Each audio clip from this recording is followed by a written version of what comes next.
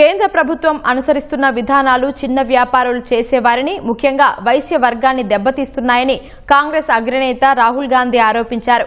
వైశ్య సమాజానికి తాను మద్దతుగా ఉంటానని హామీ ఇచ్చారు. వైశ్య వర్గానికి చెందిన వ్యాపారులతో రాహుల్ భేటీ అయ్యారు. చర్చల అనంతరం వారి సమస్యలపై రాహుల్ ఎక్స్ వేదికగా పోస్టు చేశారు. తమ వ్యాపారం పతనానికి దగ్గరగా ఉందని, వైశ్య సమాజం నుంచి వచ్చిన ఆవేదన తీవ్రంగా కలిచివేసినట్టు రాహుల్ పేర్కొన్నారు. దేశ ఆర్థిక వ్యవస్థకు ఎంతో దోహదపడిన సమాజం నేడు ఇలా నిరాశలో కూరుకుపోవడం ఓ హెచ్చరిక లాంటిదని రాహుల్ చెప్పారు.